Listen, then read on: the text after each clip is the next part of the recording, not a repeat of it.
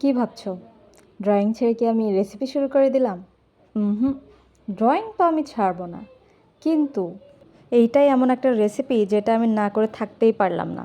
মানে like seriously, লিচু মাখা। যাই হোক, বাঙালি তো আমিও, তাই না? তো আমিও করে দেখি। সো ফার্স্টে আমি 2টা শুকনা মরিচ ভাজি নিয়েছি। পুরা বাসা খুঁজে আমি শুকনা মরিচ পাইনি। সো আমার ভাবি 2টা ভজকায়না মরিচ আমাকে এনে ভেজে দিছে। তারপর আমি এটা লবণ দিলাম, বিট লবণ দিলাম, ধনিয়া গুঁড়া দিব অ্যান্ড জিরা গুঁড়া দিব। দিয়ে এটাকে আমি মিক্স করব।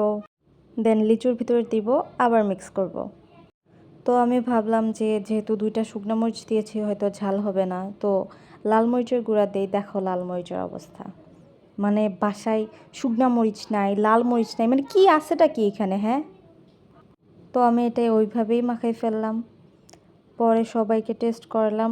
আসলেই এটা স্বাদ, মানে রেসিপিটা বের করছে কে, হ্যাঁ? খুবই স্বাদ ছিল। কে কে ট্রাই করছো কমেন্টে জানাও।